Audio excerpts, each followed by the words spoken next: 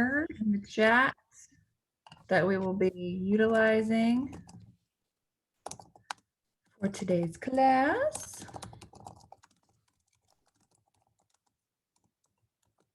Property out in Newport News, 508 Hosier Street, Hosier Street in Newport News, 23601. The address is in the chat.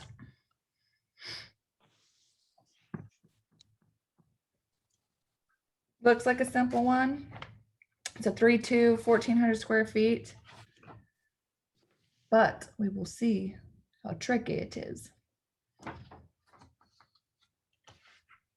So however you guys want to set yourselves up, or we're just going to walk through together on the steps to take for the taxes and the printouts and get rocking and rolling.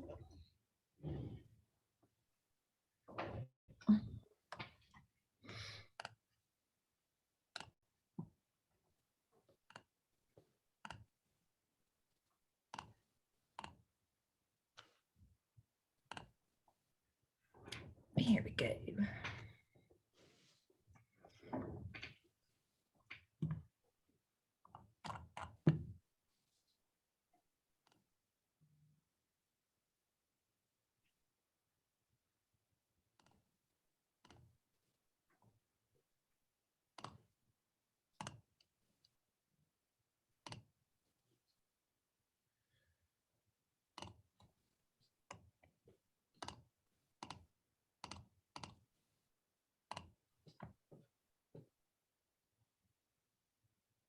All right, if anybody joins later, they can hop on. Does everybody have the address?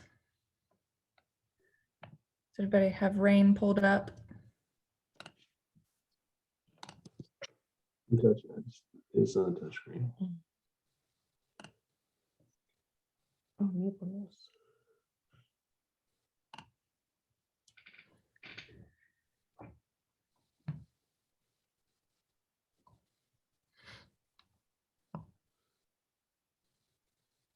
How's everybody feeling about this market lately? Very optimistic. Good. How about you, Miss Jordan? What's your take on this market right now? Well, I'm enjoying the graduation slowdown. It seems like a little bit. The way I've been describing it is, you know, the market is still sizzling hot, but at least there's a breeze. It's not a cool breeze. It's still a warm breeze, but there's a breeze. Absolutely. That's how I feel too. And I think with just the slight slowdown, as you said, just the breeze of being able to, for us to breathe and our clients to not have to submit an offer at 2 a.m. I think people are confusing that, you know, with a shift. And I think a lot of people are going to be in for like a little bit of shock of thinking, oh, it's going to switch now. I don't really see that happening just yet. So there's still no inventory, and that's the biggest hurdle. Like, yeah, I see a lot of stuff come up, but it's still gone within like 3 days. Oh yeah.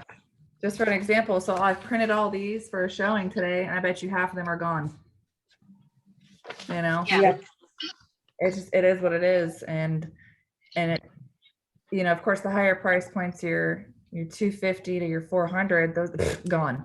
You know, the lower points are sticking around just a little bit, but yeah, I'm definitely feeling the same way. You know, I remember when I first started in real estate, now, you know, feel like I'm one of those ages, like when I first started, blah, blah, blah. But the average market time was 30 days. Yeah. 30. Yes, that was average. Yeah. I think you started a little bit before me, and then when I got in, it was like roughly 37 to like 42 days was when I started. So it's a slight shocker. All right. Are you ready? Everybody logged in the rain. Click on matrix.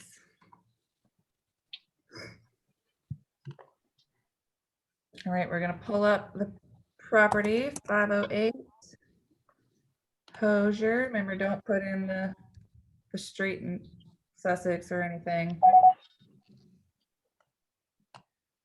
Let me pull up the 08 one. So you want to pull up the most recent. So they sold back in 08.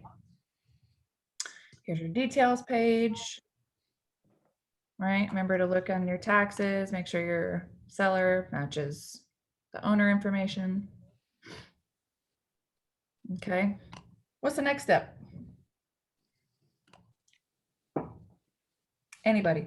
Adam, you'll be probably helping leading this one. We don't have participants today. I'm honored to be the guinea pig. I know I do them wrong, so I don't want to ruin it for everybody. But the next step I would do it compared to your perfect example was I would pull up Home Snap so I could well actually the short of the answer is I just go to Matrix and I pull up Home Snap on my phone. Long story short, I just put in a mile and pending and sold, and then I put in the bathrooms and bedrooms. And then I just make sure when I look at the search screen that it's within 10 years on the and 100 square foot, 10 year on the year built, 100 square foot. And that's how I do it. That's probably too sloppy, but No, I mean, it's a good quick version, right? So we're all on the go. We all, you know what I mean? We hit the basics, right? So our bedrooms, our ma'am. baths, our square foot, and half mile to a mile outside of where our subdivision is, right? So Yes, ma'am. let's do it that way. So from here, from this page, we're gonna go to search, we're gonna go to residential, right? Just like if we were pulling up addresses for a client in a specific area, make sure pending and sold.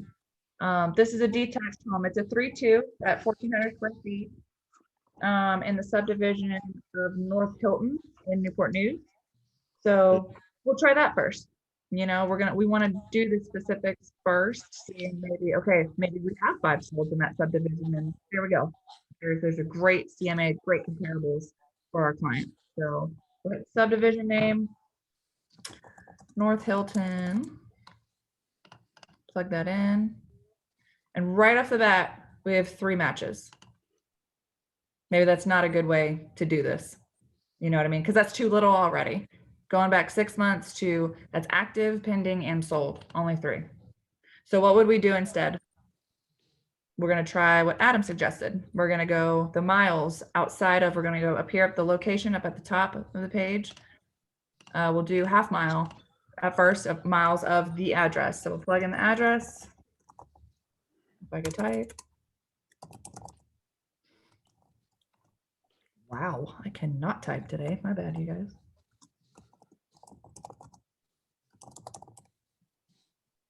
Okay, click it, make sure. Did not mean to click my location. Good Lord. Here we go. All right, map search. See what it brings us. There we go.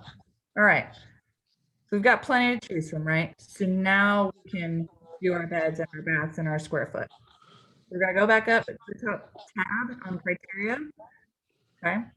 We're not even gonna touch anything in the area, subdivision, none of that, because then it will mess up the map search. We're just gonna come down to the property detail section. We'll just stick to it. We'll do 3 and 2. See what we have. So it went from 17 matches to 5. So let's see, approximate. I do 200 above and 200 below square feet, just to give us a little bit more range. Now we have 1 match, right? So we don't want to be the spot on 3-2. So should we do 2 to 3 bedrooms or 3 to 4 bedrooms? What are your guys' take on that?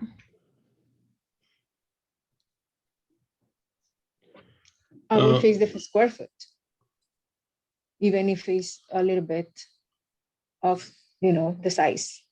Sure. So we can adjust the square foot and we can adjust the bedrooms. I just wanted your guys' input on, should it be 2 to 3 bedrooms? Should it be 2 to 4 bedrooms? Should it be 3 to 4 bedrooms? What do you guys think? It could be.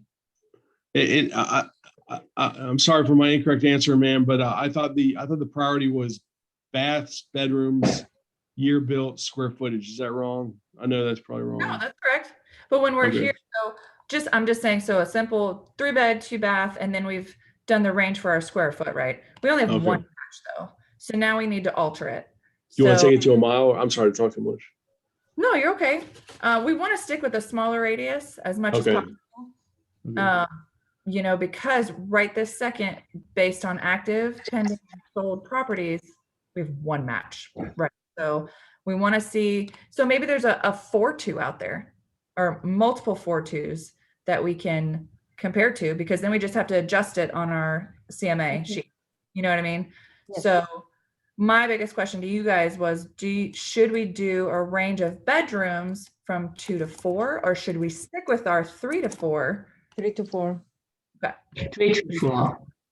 Yeah, just wanted your input. 3 Because to 4, I think. say that one more time. I said 3 to 4, maybe. Yeah, and guys, there's no wrong answer. Like seriously, this is what we do day in and day out with the listings. We have to just try it. So it's kind of a trick question, but really it's 3 to 4 bedrooms, because those are, you get not the same value, right? But an appraiser looks at your standard 3-2 bedroom house, you know, and then it can just add the value for the 4th bedroom, because maybe the garage is converted, or you know what I mean? Because then that's closer to square foot. When you're comparing a 3-2 to maybe a 2-bedroom, 2-bath, then you're looking at less square footage of living space. You know what I mean? So on other factors to play with those. So yes, you want to do the 3 to 4 if possible. Maybe we do need to do 2 bedrooms in this case, because based on the area, you know, and what's available. So it's really just a trial and error when you're doing your CMA. Don't be afraid to do it incorrect or correctly. So Adam, you're still on it. You're still like, there is no wrong answer. You know, what you want to see is this change right here at the bottom, the matches. Yes, ma'am. So that's awesome. I, So we'll I do- did have a silly question. I'm sorry to go on a tangent. So I know there's at least 3 comps. One is what we would list it at as professional realtors. The other one would be the ARV, average retail value, and the other one would be upgraded potential retail value. So I know that what we would list it would be try to match like an appraiser, is my understanding. And then the venture capitalists would do the ARV and the upgraded. So my question, ma'am, is I've been just taking, let's say I got 10 comps on the property, I would take the middle one, I would divide it, get the mean, median, or mode, and that'd be the ARV. But if I wanted the upgraded potential value, I would take the average of the lowest of the top 3. Would you agree with that, or is that off? It's probably off. This is just a scenario of sight unseen, right? So Okay, so you like Friend. appraiser. hey man, I got this. So this is a rental property, and they know that in the past, so I didn't share any of this information for you guys, so you can prompt that question. So good job, Adam. I'm sorry. I didn't talk too much, sir. But no, you're not. You talk all the time. Okay. You know what I mean? So when someone calls you and they say, hey, on this property at ABC Street, blah, blah, blah, the questions are, okay, cool. What have you done to it? Because then when we go into our comps and we're seeing that house that's completely flipped for 295, does our house compare to that? You know, those are things that we need to know. So, but this is just your standard, okay, 3-bed, 2-bath, 1,400 square feet, but we don't know the condition of it, right? So that can make the huge difference. So your question, Adam, comes into play. All right. So when I do get 10 to 15 matches, which one am I eliminating? Which one am I keeping? You know what I mean? So it's definitely know a little bit about, you know, the house, its condition, what's been updated. So when you're going through and you're looking at the comparables and the pictures and, you know, what the previous agent that listed a comparable at, you know, whatever they put in their notes, it matches yours to some extent, right? So, you know, nothing is going to be a mirror image to your property, you know, unless it's the same flipper or something, whatever the nature is. But in a situation like this one, that's why I wanted to make today's a little bit more challenging, because it's been a rental property. So they have, you're going to take some notes. They've updated the roof 5 years ago. They don't know what the hot water heater age is. They've put in laminate wood flooring throughout, and that's all they told me. Okay. So these are investors, right? That this is their rental property. They've kept a tenant in there. They know that they're making their residual income, but was it? So now we do our job as far as, okay, well, it was built in 1945. So I don't necessarily eliminate any years yet. I make sure that I'm matching what's in the area, what has gone, but I won't be able to compare this house to a 2021 build. You know what I mean? So I kind of eliminate that towards the end before I start my professional market analysis paperwork for my client, just so I'm not comparing, apples to oranges. So, but I make these are just my prime focus for now, and then we go through the pictures and all that. So everything that you've got in your mind, Adam, as far as what needs to happen throughout the CMA is correct. Wow. Lord. So, and that's however you do it, it's still correct. So don't doubt yourself. That's why we have classes, because Jordan does it, opposite of me, and you can do it completely different from me. So I love it. yeah. So at the 3-4 bedrooms, we'll have 4 matches. So let's try it. Let's do 2 to 4.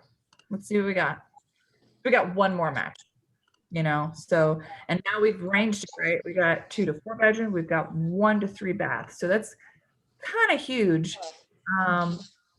And I've only gone 200 for the above and below the square footage. So let me try 300, and that's really the lowest and highest I will go for that before I start ranging out again in my map. Okay, so it didn't change. So I'm going to go back and sticking to my 200 above and below that square foot. I'm going to go back and do 2 to 3 baths, and I'll keep my bedrooms at 2 to 4, but now I'm going to go back to the map area, and I'm going to do within a mile. Now we've got 15 to choose from, so in a situation where the subdivision doesn't give you anything, you got to play with the map now. So I could easily, instead of going a half a mile difference, I could plug in 0.7. And that gives me 11. So that may be better than going from half a mile to a mile. Go right in the middle and kind of eliminate how far this appraiser is going to have to go out from where this property is located. So I'm going to stick with 0.7 to just, see what we got going on here. So we go to results. Cool. So now we have a lot more 3-2s to choose from that I'm seeing. I don't see any 4-2s, but that's good. So now let me go back to my criteria and leave it at 3. Yeah, so it's 10 matches right there. So you have 3 bedrooms, 2 3 baths. And a lot of that number is that half bath, right? That makes a difference. Go back to our results. And now I can really dissect it, So now we're going to see just the 3-2s. All right, so we've got this one. This is a higher one. That's a 240. Let's check this guy out. And it was sold 1 year ago. Oh, what? Sold 1 year? All this is 6 months, right? It's all 6 months. All 6 months. Yep. So your closing date is all the way to the right, and then the closing price. So not the list price, right? The closing price. So, but yeah, their appraiser is still going to see, okay, cool. It's in the 6-month range. But if they've got one closer to the location, right? And then they go off of the time frame. But I didn't mess with any of the time frames. That would have been our last step, right? If we had absolutely no matches here, then I would have manipulated this time frame over here on the status, the data range. So go back to our results. Let's just click on the highest one. Let's see what this bad boy is. This one's sat for 62 days. So click on the pictures. We'll scan through. Okay, hardwood floors. You can see there's not a lot of furniture, so nothing is really showing us. Okay, so the kitchen hasn't been updated. Looks pretty original. And to our knowledge, our kitchen hasn't been updated, right? So keeping that in your mind. Okay, so bathrooms haven't been updated. They look nice. They're functional. Okay. So we're scanning through. This one was built in 69. So this is actually a great comparable. The only difference is it has a half bath. Cool. We're going to keep this one. Okay. And that's awesome, because then that's your highest on your list right now. So go back to the list, the line results. So we'll keep that one. Yes, it's the furthest away, but it could be in our biggest benefit because it matches pretty much what our property is. Okay, so this is what we're gonna do for a lot of these, right? We wanna see the highest and the lowest.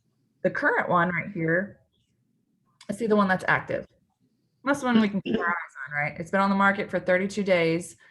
It is contingent, it is under contract. We don't know when that happened. So do we, include it is, that's something you can reach out to the agent to and say, hey, how's the sale going? When do you guys plan on closing? That way you can get an idea of whenever when you're going to list it and kind of get that time frame in your head. Okay, so just again, we're rolling through the pictures. This one had carpet, the other one had That's right. laminated floor. But this one has updated kitchen. You're right. Looks like a marble curtains. Mm-hmm. Yeah, so it looks like we've got some updates in this one. Definitely cleaner lines, right? They've done some really good, the paint jobs, right? The neutral colors make all the difference. This one's got some carpet.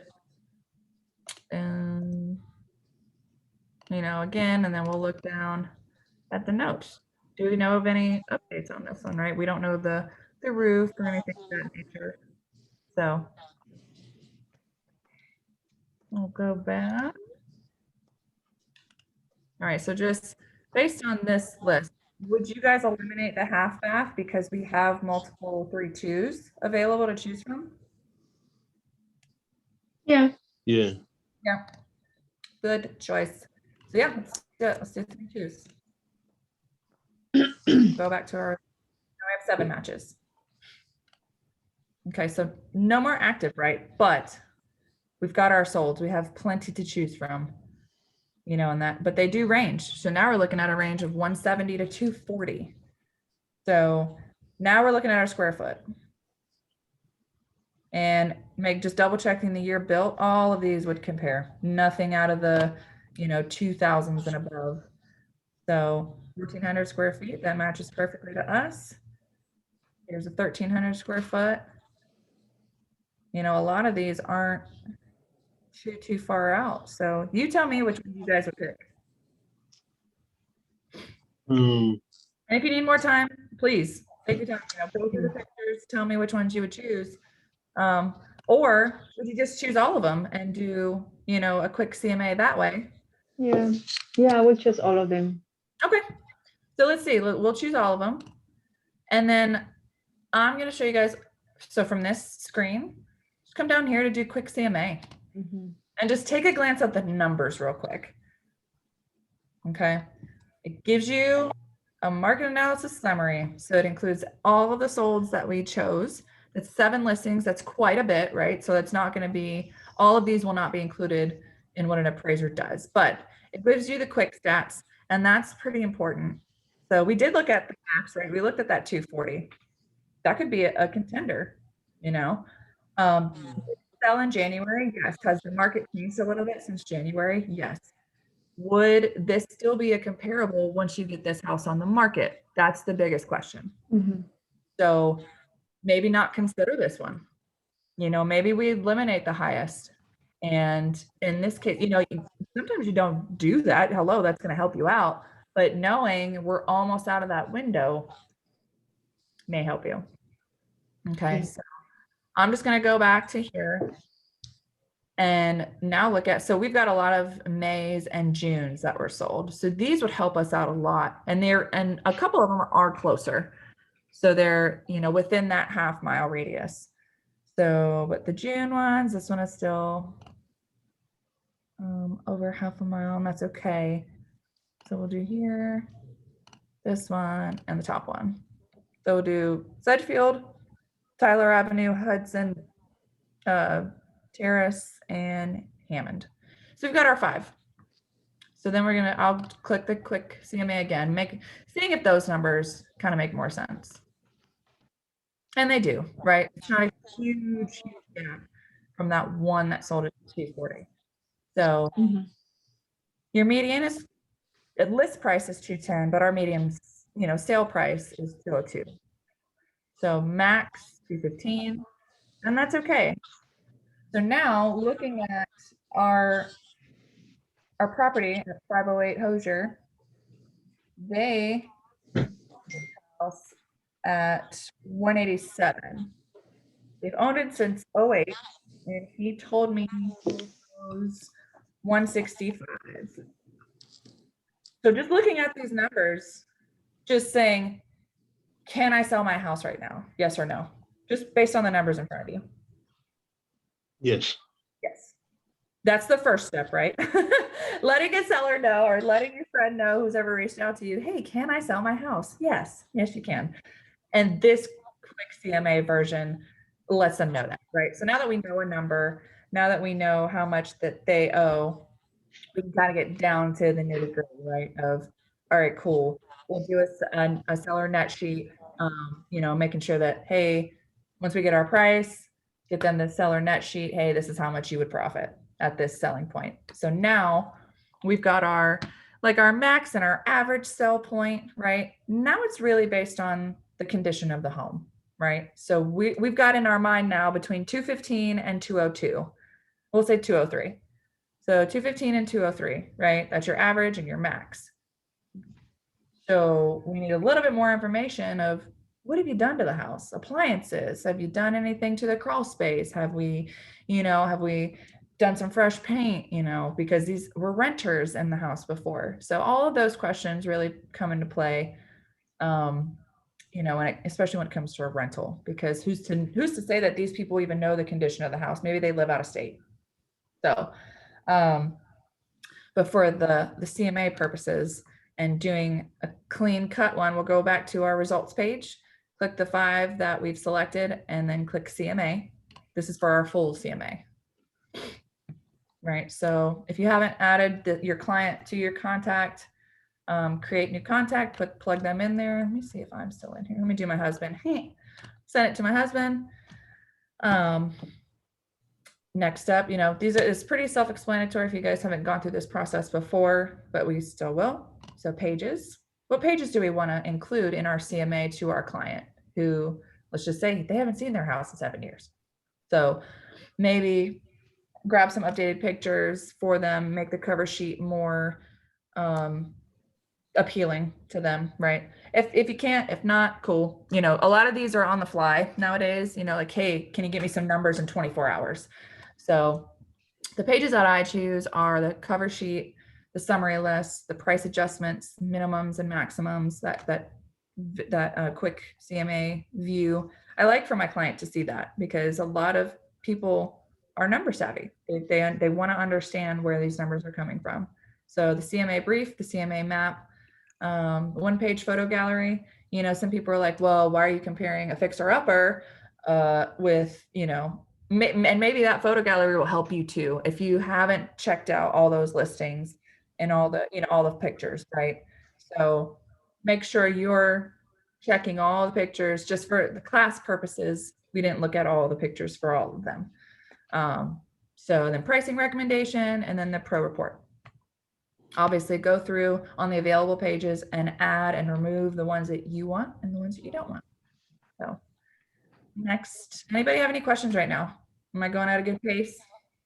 I have a question. I'll save it till you open up questions later, if that's okay. It's about CMAs in general. I didn't want to take everybody's time. No, go ahead, Adam. It's just us. Go ahead. Okay. It's a real quick question. It's kind of philosophical. I'm sorry, ma'am. So I was talking, long story short, I was talking with one of my investor clients yesterday, and I sent her some properties less than 110,000. And she said, if the ARV is so good on these, why are they in the MLS and why haven't they been sold right away? So, and my answer was, because some clients and realtors are more resourceful. They'll market it to areas outside just their office and their zip code. Do you think that's a good answer, or do you think there are patterns and profitable ARVs on the MLS, or is it all just $100 bills that people already picked up, kind of thing, as the analogy in economics is? So with those, so she's looking at 120 and below. 110, yeah. 110. But I mean, you can resell them for 240 or high. Yeah. Thinking like a venture capitalist, not an appraiser, obviously. So. Right.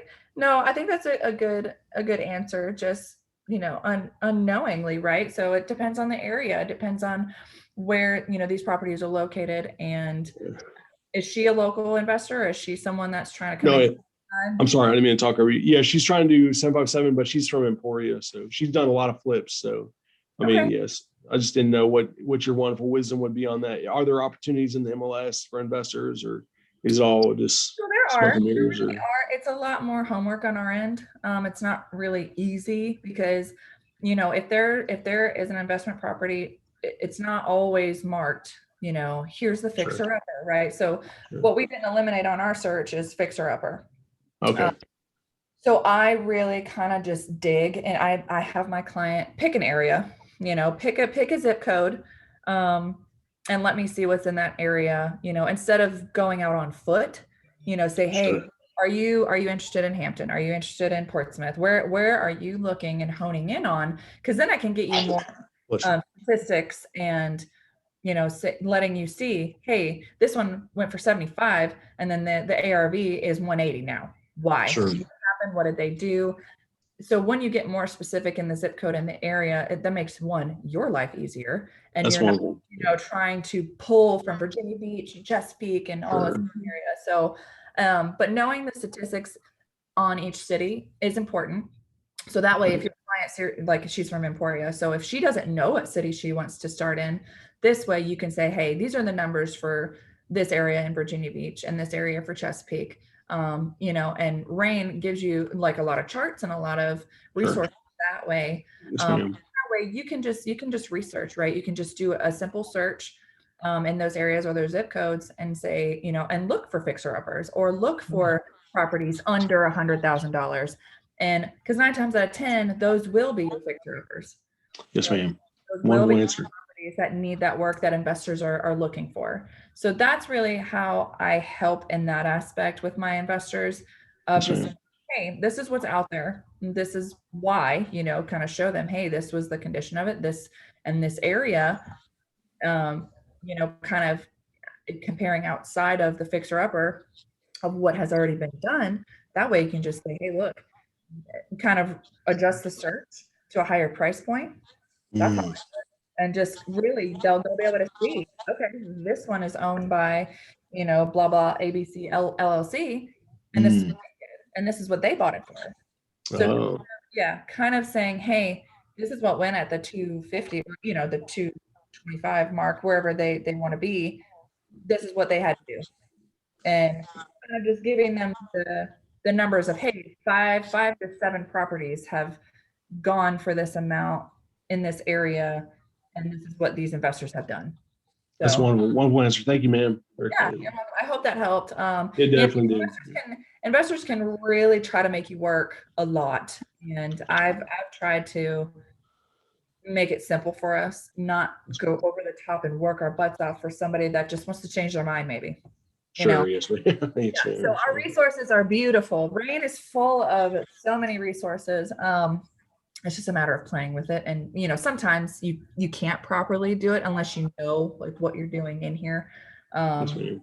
But doing the CMA and doing searches for buyers is really kind of all the same. So it's just a matter of utilizing those spots, in the search to the best of your ability. And then, because, you make one slight change somewhere and the results could be completely different. So, Yes, ma'am. yeah. So definitely play around with it. If anybody comes across or has a client that is an investor and wants that kind of information, don't go over the top, but just kind of give them the stats, give them the numbers. These are, educated people, and they're all about numbers, right? They're all about money. That's right. Yes, Is ma'am. it worth it? Is it worth my pocket? So prove them. Say, hey, maybe it is, maybe it's not. But none of us have a magic 8 ball, without physically going and seeing the property in its condition. So Yes, ma'am. Thank you. you're welcome. All right, so we are on. Any other questions? You guys good? I have not checked the chat. I'm sorry if anybody is typing in there. Everybody good? Yep. Cool. Thank you. You're welcome. All right, so next page is our subject. And we're gonna use the tax number, or you can use the MLS number, right? So this is so previous information can file through. You can use older pictures. You can, and remember, sometimes this information is not always correct. So make sure you're printing out your tax sheet and you're double checking, you know, the numbers, maybe the square footage off. We don't know, but make sure you're printing out the taxes and double checking with the seller. Hey, to your knowledge, you know, is this the square foot of the building? So, so that's always super important too. Just double checking all the information is correct before you get to this point. Remember, this is just a quick one. So, what is the MLS number? 0804 107. Let's see what it gives us. Here we go. So again, this picture is from 08. So I'm sure this property has changed a lot. You know, just having renters and such, but the main part of this is the numbers, right? 1945, we've got, you know, dishwasher, fridge, square footage, the acreage. So it's on a pretty good sized lot too. So that can come into play when in your price as well. So I didn't realize it was on that big of an acreage. So, and so you always got to check yourself, right? There's so many moving parts that when we're so used to city. So I'm thinking, okay, this house is on top of another house because that's what we're used to. This one actually has land. So that's a big perk of, you know, selling, especially right now. So but for this, the visual, the CMA purposes, I'm going to remove the remarks because those are old. You know, and for this situation for my client, he just wants to know the numbers. That's really it. So, all right, we're going to make sure all is good. Go to the cover. Again, remember in your profile here, I'm going to go up to the top of Rain where it says hello and it'll say your name. Make sure your settings and your profile is filled out how you want it to look, or edit my information. Make sure you always look good. That's what I tell everybody. All right, so moving on, clicking on our comparables. We're going to include everything. You know, we're gonna give it a shot. So I'm gonna come up here. All right. I don't think I need it. So these are all already included. So if we're wanting to remove anything, then we will click it. And then where it says down here, remove selected, that's what you'll do. If you come in here and you actually need to add another listing to this, we'll go to add from listings. Okay. So all these are already included. We're good to go. So we're going to click on map. We're going to make sure that they are close. So here's our property and everything is pretty close. Okay. Number 2 is kind of out there, but again, that was our 0.7 miles away. So again, it's iffy, you know, but we can still use it. Adjustments. So this is the bigger part. So maybe we didn't get lucky and had to have ones including with half baths or a 4-2. Remember, you can adjust up here. The rule of thumb, beds and baths, $5,000, half baths, 2,500 to 3,000. You know, we're adding, we're minusing. So all of our properties are pretty much the same. You know, we've got our baseboard heating. That's okay. We still heat. Our years are good. And yeah, scrolling through. Really only difference is that acreage now that I know how big our acreage is. So we may want to adjust that if necessary, right? So I mean, these are a 1/4 acre, a little bit over a 1/4 acre. So it's really not terrible. This is just a bonus one, you know, so we're going to take that into account in our price. All right, so we're not adjusting anything. So it's pretty straightforward. So get to the pricing. So according to Rain, the comparable suggested price of $211. How do you guys feel about that price? Not knowing the condition of the house, just going off of the stats, what we know that has been done to the property, the land size, that nature. And the market, of course. So we know this crazy market, right? Ma'am, it's probably move-in ready was my guess, but it's probably not up to modernity. Right. Would you agree with that? Ready, because we've got some renters in there, so Oh, sure. it's livable, it's habitable. So what do you guys think? Would you go higher? I don't know. It depends on the size of the lots of the other properties. Well, we just saw, right? So in our adjustments, Yeah. in our Yeah, quarter, correct. And then I think will be a little bit higher because the market is very hot. yep. Okay. Anybody So else? maybe Yeah. What number are you thinking? Do you have a number in your maybe head? 5% higher. You said 5% higher? Yeah. Where'd you get that number from? I'm just curious. I don't know. The other day I was talking with an agent and she was giving me tips. And she told me because the market is so high, we should put the house 10% higher than the comparables. But I thought it was very high, So I think maybe 5% over the, median price than we have over there will work. Okay. So over the Just median. guessing. Yeah. Okay. I was gonna say that makes more sense because I was gonna ask you, my next question would be, how would you back that up? What would an appraiser, you know what I mean? So we're not appraisers, Correct. we have to think of, we are estimating value on somebody's home based Correct. on knowledge that we know, and maybe we don't have a lot of knowledge, because I was never comfortable with CMAs before because I was like, I don't know anything. I don't know what the value of this is and this is and this is, but that comes with time, right? So just helping you guys out in the beginning to confidently say, yeah, let's list it for this. And someone's going to ask you, well, why?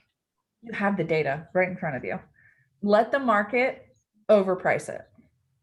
If Okay. you know that you're pricing this house and it's not far, so based on the square foot and knowing we have a bigger lot, so at this 211, let's go for 215. Let's go for maybe 220 just to try it.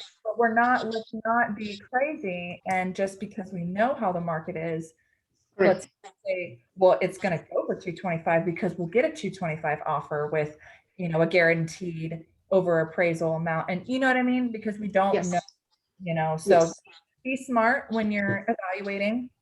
And maybe it sounds low to this seller, right? Maybe he's like, well, another agent told me I could get 230. Okay. Right. How did he prove that to you? Yes. That would be the objective when one, you're being, you're trying to win this listing. And two, just being numbers, right? It's all a gamble right now. Someone can come in all cash, but I'll give you 250 for it. Okay, but what about that appraisal? Because that's, you want to set your seller up for success and not, oh my God, I thought I was going to make 250, but now I have to drop the price to this, if it were, a financed offer or something of that nature, right? So yeah, that is a problem if you overprice the property because nobody's going to come to make offers to. That's right. So I mean, it's like there are definitely tricks of the trade and things that other agents are comfortable with, but do what you're comfortable with. If you cannot back up that price that you are sharing with this potential client of yours, then don't do it. Don't feel pressured from the market, maybe another agent, or even me, right? If you are confident in saying, hey, after you see the property and you know the condition, and you say, hey, seller, we can do 220, let's do it. You have to back that up with your marketing, be aggressive with your marketing, do, you know what I mean? Open house, do your job as their agent to really do that. If you're pricing it based off of the market at that 215, a lot of people are comfortable starting low. They really are because they know they will get a higher offer. Does that make sense? correct. Yes. It alleviates the pressure off of you, and you'll say, well, I told you 215, because that appraiser is going to come back and say 215, So, but maybe they're making more still because that buyer guaranteed over appraised price. We don't know. But those are situations. Again, that is a situation. That's not what is happening. Again, we don't have a magic 8-ball. And it's kind of cliche. Everybody says that, but it's true. We don't know what is going to happen. Like Jordan was saying earlier, we have a nice breeze right now because it's the summer and everybody's got graduation, they got other things to think about, but it's not going away. People move in the summer, Mhm. yes, in the summer, people invest in the summer, they've got time to do it. So just be smart. Me personally, just seeing the highest, not really knowing, what we've got to do. I would present my client this and say, a potential is 215 we could list at, but I need to see your house first. Correct. Yeah. So, and you always remind them, hey, this is just my educated and professional opinion, based on strictly the numbers. If they provide you pictures and you know more about the property, of course, base your price on those as well. But going off the information that we know right now, 215, we could do it. Maybe that seller needs to do some work and they know like, hey, we need to go in there and do some things. Absolutely. Then at 215 is solid then. So So That's- Clara, do you make any adjustments for school districts? I normally don't. I really don't. I'm not sure. Can you give me your opinions on that and how you do it? So for me, it depends on the area, right? So Yep. in each city has their schools that are better rated and schools that are not as great Mhm. rated. And when you are looking at neighborhoods, and the problem I've found recently, I didn't used to have this problem, but recently, Hello? Can't hear you, Jordan. Oh, sorry. Sorry. is this better? Yes. Yeah, yes, ma'am. Okay. So I'm finding this recently. I didn't used to have this issue, but because we're having to go outside of neighborhoods to find comps, Mhm. when neighborhoods fall, or certain areas are in one school and other ones are not, of course the numbers change, Yeah. right? So I try to look at the average difference. So I'll pull homes in only one district Mhm. and homes in the other district, and look at the difference and see where the house that I'm trying to comp lies and what that difference could potentially be just based on average numbers. Because that's what Average. a lot of people right now are paying How you do it? for schools. Like, so average school rate numbers, or are you talking just numbers in general that are available in that school district? Numbers that are for homes in general that are in that school district. So Okay. if a home in, let's say, because This one's Warwick. they're very similar as far as ratings go, but Great Bridge and Grassfield, or Right. Great Bridge and Hickory, all three of those are really interchangeable as Sure. far as their ratings go. Yeah. But there are some differences. So if there's a average sales price for this sort of bedrooms, bathrooms in Great Bridge, and then this sort of average sales price for this bedrooms, bathrooms in Grassfield, what does that difference look like, and where does my house lie? Right. So have you seen, and just from our view, right? Have you seen, so in this case, it is Newport News.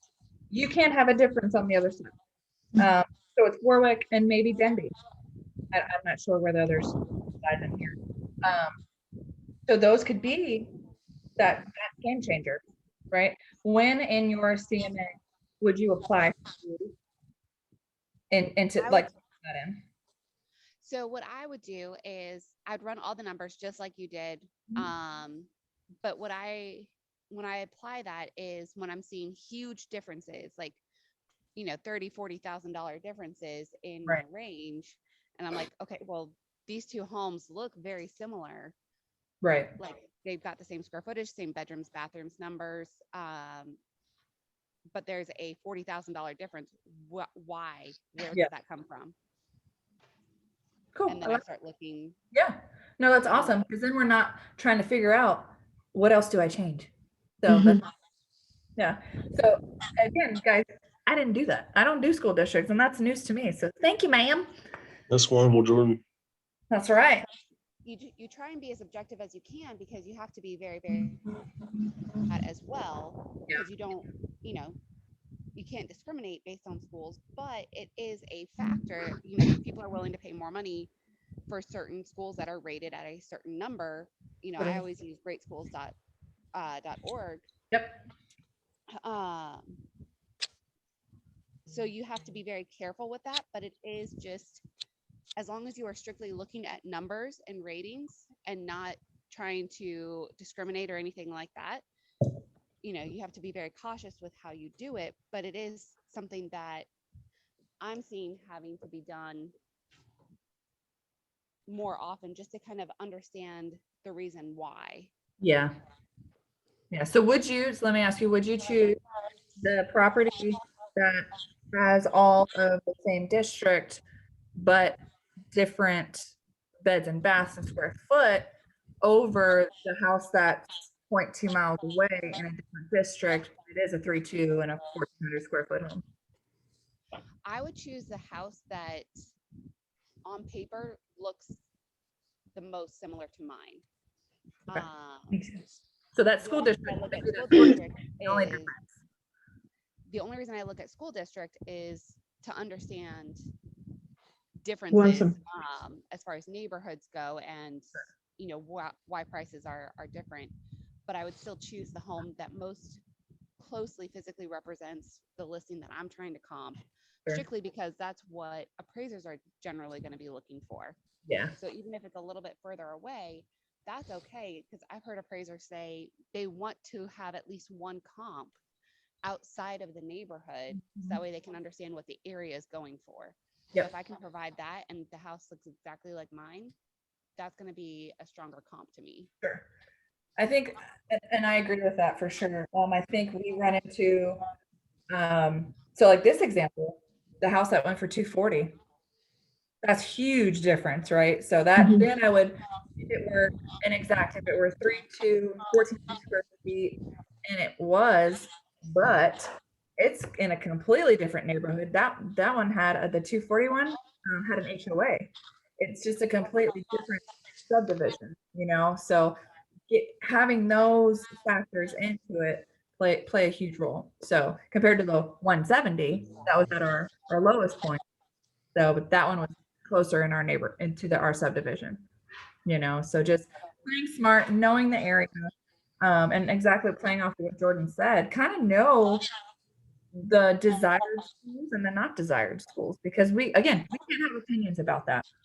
But what we can do is give our clients the best properties on paper and say, hey, this is why I chose these, you know, and just say, if, you know, maybe they saw something, well, the one down the street sold for blah, blah, blah, but you know that doesn't compare.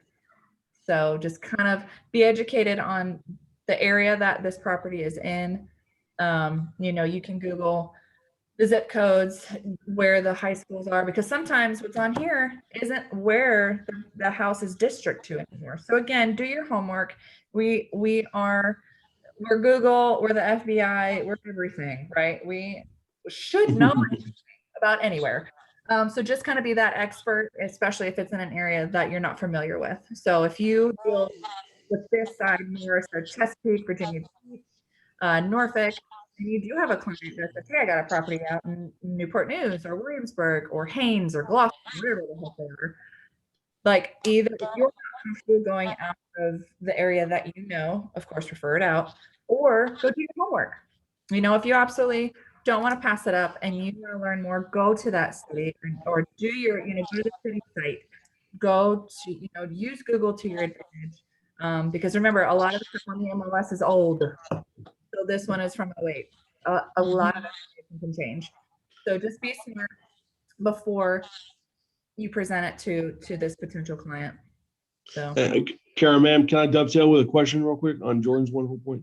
So I've heard that zoning and local taxes can have the same effect as desirable schools. Would you agree with that? Because, like, for example, I have a friend in Grassfield. You can only have a house with 5 acres. You can't have fewer acres than 5. So that would definitely be an alternative explanation. yeah, 100%. You know, and it's all dependent on the client. Sure, You know, sure. that is important to that client. dig into that. That's right. You know, just be that educated resource for sure and say, look, this is why, this is what I found out. And then kind of say, well, hey, I saw that this city or, this area, allows for 6 to 10 acres, That's right. and be the resource, right? That's what, That's what right. Love that. Love that. anything that you think that holds value to somebody, pitch it to them. Be the resource. Love that. The more we're educators, right? And I always say, right. I'm a resource. And maybe someone just comes to me for information. Maybe they don't even need my services, but they trust me enough to know the market, to know what I'm talking about, and to possibly find out more information for them, because it may not be the here and now that somebody needs. It could be months or years down the road, but they're going to call you. That's right. So Right. absolutely. Well, guys, that's all I got today. I hope it was somewhat helpful. Thanks for the wonderful lesson, ma'am. Yay. Thanks for attending. I know you're Thanks for small, having me. but I love these small classes. Thank you guys for adjusting to the time. Does 11 o'clock work for you guys? Do you guys That's plan fine. on attending more? Tuesday's wonderful. Yeah. It's a blessing. Yep. Thanks for having me. Well, you guys, and if you want, hey, if anybody wants to try it out one time and be me for one of these, you just let me know, because that's what we're all here for. If you guys haven't presented it to a client yet, use me, Jordan and Holly and anybody else to say, be the presenter, and then we can help you out. Okay. So that's what I want to try and switch up these trainings, especially for this topic, because it's kind of repetitive. So we will definitely explore new ways to have fun in this class. So I thank you guys for attending, and let Thanks me for the know. wonderful lesson. Thank you so much. Thank you. Thank you, ma'am. Bye, everybody. Bye. Thank you. Bye-bye.